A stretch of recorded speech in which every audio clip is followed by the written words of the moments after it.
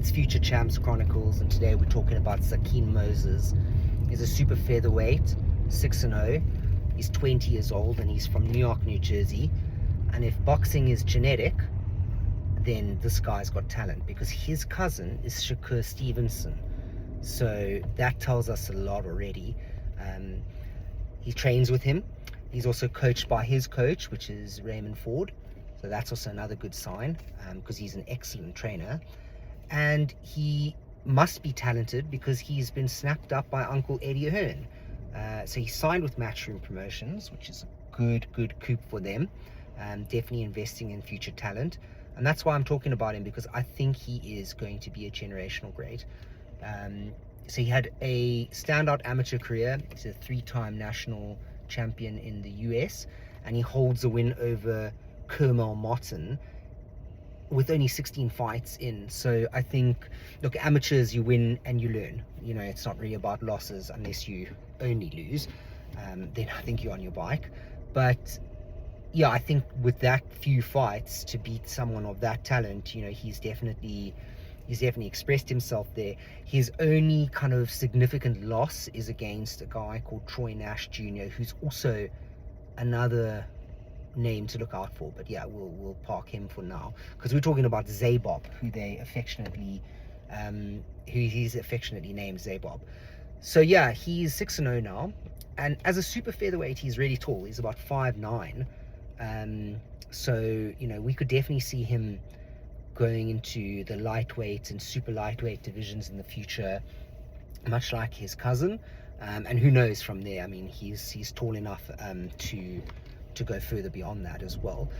So yeah, his record is really good. Like, he's you know, he's not fought your average kind of guy with a losing record. You know, he's fought, I know a lot of them may be imports, but a lot of them are like durable opponents, you know, like people who are like really credible.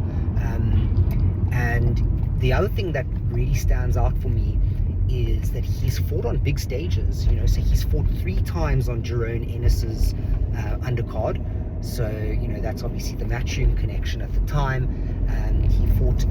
He made his debut on Jerome Ennis versus Karen Judanziev's first fight. He's also fought on the Jerome Ennis Imantas Stanionis undercard, and Usama Lima versus Jerome Ennis as well, which was I think 2 fights ago.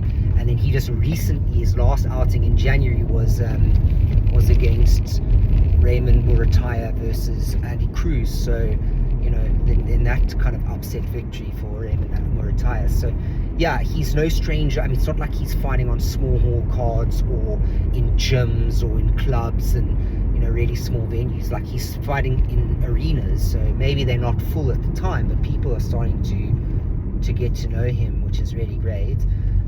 So let's talk about his style quickly.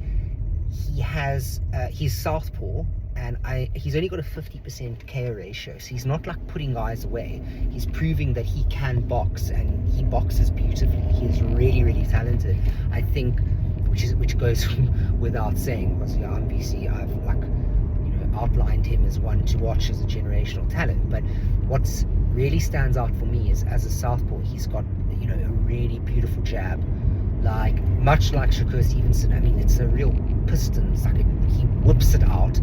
And, you know, he's also, like, for his young age, and especially against the caliber of opponents, I mean, they're not world beaters by any means, but they're, like, you know, strong, tough men. He, as a young guy, is walking them down and asserting dominance, you know. And I think one thing that you really start seeing in a fighter later on in their career, once they've, like, built the confidence and the resume, is ring generalship.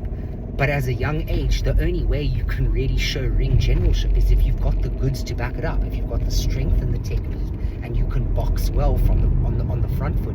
And this guy, he just walks his opponents down.